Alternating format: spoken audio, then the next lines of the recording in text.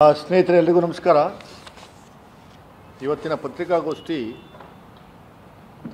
ಪ್ರಮುಖವಾಗಿ ಮೈಸೂರು ನಗರಕ್ಕೆ ಸಂಬಂಧಪಟ್ಟಿರುವಂಥ ಎರಡು ವಿಚಾರಗಳನ್ನು ತಮ್ಮ ಮೂಲಕ ಜನಸಾಮಾನ್ಯರಿಗೆ ತಿಳಿಸಬೇಕು ಅನ್ನುವಂಥ ಉದ್ದೇಶದಿಂದ ನಾವು ಈ ಪತ್ರಿಕಾಗೋಷ್ಠಿಯನ್ನು ಕರೆದಿದ್ದೇವೆ. ಮಾನ್ಯ ಸಿದ್ದರಾಮಯ್ಯ ಸಾಹೇಬರು 2013ರಿಂದ 2018ರವರೆಗೆ ಮುಖ್ಯಮಂತ್ರಿಗಳಾಗಿರೋ ಸಂದರ್ಭದಲ್ಲಿ ಬರೀ ಮೈಸೂರು ನಗರದ ಅಭಿವೃದ್ಧಿಗೆ, ಮೈಸೂರು ಜಿಲ್ಲೆಗಲ್ಲ, ಮೈಸೂರು ನಗರದ ಅಭಿವೃದ್ಧಿಗೆ ಕೊಟ್ಟಂಥ ಹಣ ಸುಮಾರು 3200 ಕೋಟಿ.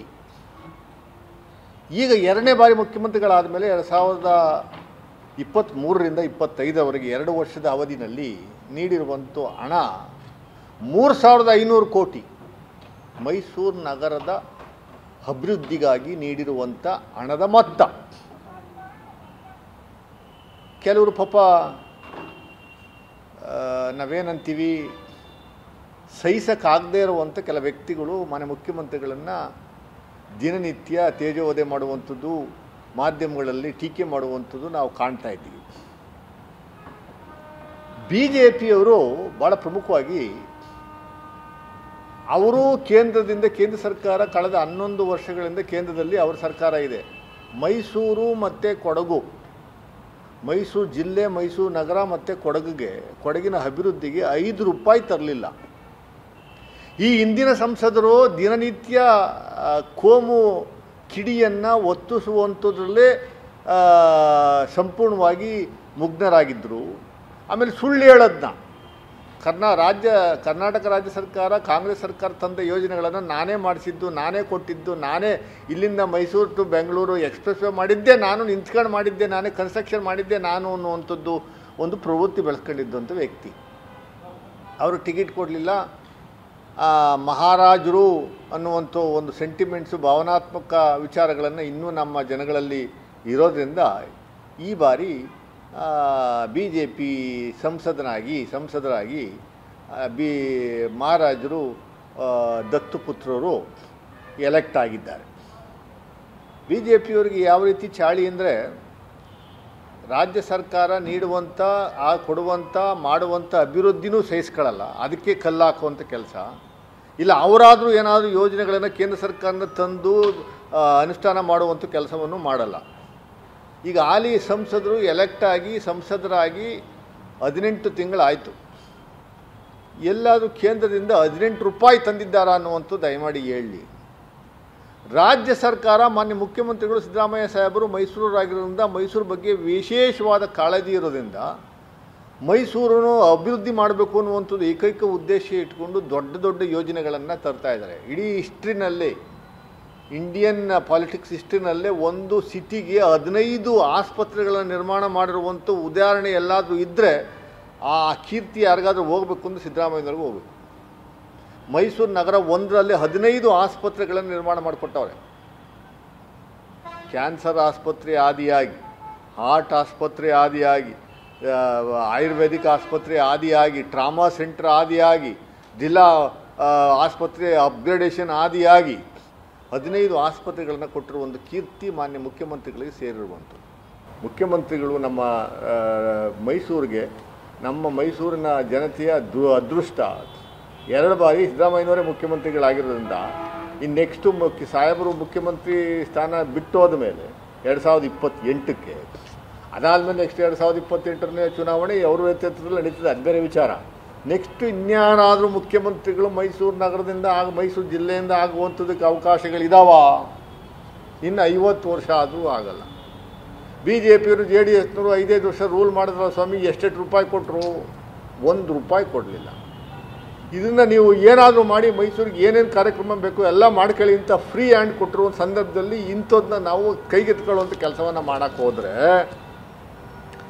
ಈ ಭಾಗದ ಸಂಸದರು 5 ರೂಪಾಯಿ ತರಲಿಲ್ಲ 18 ತಿಂಗಳಲ್ಲಿ. ಇದಕ್ಕೆ ಅಬ್ಜೆಕ್ಷನ್ ಮಾಡ್ತಾರೆ.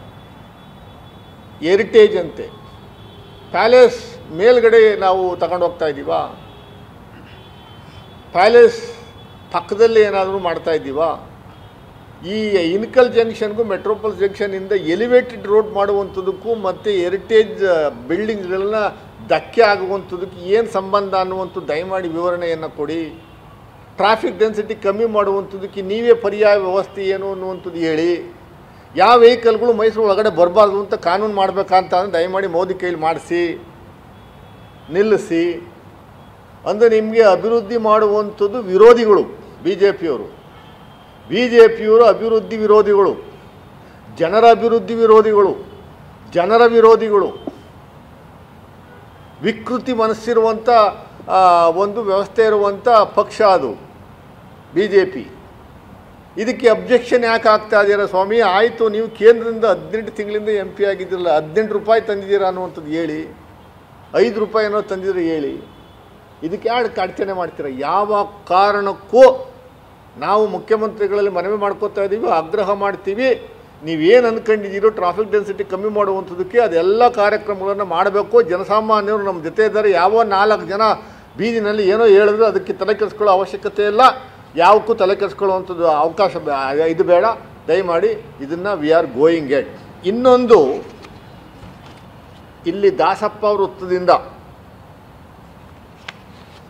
ಮೆಟ್ರೋಪೋಲ್ ಸರ್ಕಲ್ವರೆಗೆ ಒಂದು ಅಂಡರ್ ಪಾಸ್, ಮೆಟ್ರೋಪೋಲ್ ಸರ್ಕಲಿಂದ ಅರಸು ರೋಡ್ ಜಂಕ್ಷನ್ಗೆ, ಡಿ ದೇವರಾಜ ಅರಸು ರೋಡ್ ಜಂಕ್ಷನ್ಗೆ ಇನ್ನೊಂದು ಅಂಡರ್ ಪಾಸ್, ಅಲ್ಲಿಂದ ಜವಗಾಲ್ ಶ್ರೀನಾಥ್ ಜಂಕ್ಷನ್ಗೆ ಇನ್ನೊಂದು ಅಂಡರ್ ಪಾಸ್, ರಾಮಸ್ವಾಮಿ ಜಂಕ್ಷನಿಂದ ಅಲ್ಲಿಂದ ಜವಗಲ ಶ್ರೀನಾಥಿಂದ ಸರ್ಕಲ್ನಿಂದ ರಾಮಸ್ವಾಮಿ ಸರ್ಕಲ್ಗೆ ಇನ್ನೊಂದು ಅಂಡರ್ ಪಾಸ್, ರಾಮಸ್ವಾಮಿ ಸರ್ಕಲಿಂದ RTO ಜಂಕ್ಷನ್ವರೆಗೂ ಒಂದು ಅಂಡರ್ ಪಾಸ್, ಅಲ್ಲಿಂದ JSS ವೃತ್ತದವರೆಗೆ ಎಲಿವೇಟೆಡ್ ರೋಡ್ ಫ್ಲೈಓವರ್, ಅಲ್ಲಿಂದ JSS ಜಂಕ್ಷನ್ವರೆಗೂ ಫ್ಲೈಓವರ್ ಕನ್ಸ್ಟ್ರಕ್ಟ್ ಮಾಡುವಂಥದ್ದಕ್ಕೆ ಒಂದು ಪ್ರಪೋಸಲ್ ಇದೆ.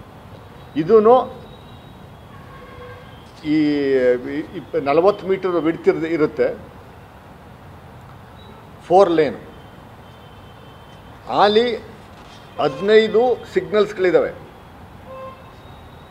ರೈಲ್ವೆ ಸ್ಟೇಷನ್ನಿಂದ ಒಂದೇ ರೋಡು JLB ರಸ್ತೆ, ಲಕ್ಷ್ಮೀಪುರಂ ಪೊಲೀಸ್ ಸ್ಟೇಷನಿಂದ ಹೋಗಿ ಅಲ್ಲಿಂದ ಜಾಮುಂಡಿಪುರಂ ಸರ್ಕಲ್ಗೆ ಹೋಗಿ ನಂಜನಗೂಡು JSS ಹತ್ರ ನಿಂತ್ಕೊಳ್ಳುವಂಥದ್ದಕ್ಕೆ ಒಟ್ಟು 15 ಜಂಕ್ಷನ್ಸ್ಗಳು, 15 ಸಿಗ್ನಲ್ಸ್ಗಳು ಬರ್ತವೆ. ಕೆಲವು ಕಡೆ ಮಾನಿಟರಿಂಗ್ ಆಗ್ತದೆ, ಕೆಲವು ಕಡೆ ಮಾನಿಟರಿಂಗ್ ಆಗ್ತಾಯಿಲ್ಲ, ಬಟ್ ಜಂಕ್ಷನ್ಸ್ಗಳಿದ್ದಾವೆ. 15 ಜಂಕ್ಷನ್ಸು ಈ ಎಲಿವೇಟೆಡ್ ರೋಡ್ ಮಾಡಿದ್ರೆ ಸಂಪೂರ್ಣವಾಗಿ ಫ್ರೀ.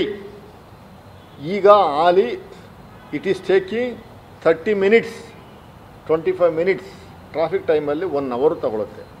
ಎಲಿವೇಟೆಡ್ ರಸ್ತೆ ಆದರೆ ಅನ್ಇಂಟರಪ್ಟೆಡ್ ಮೂಮೆಂಟ್.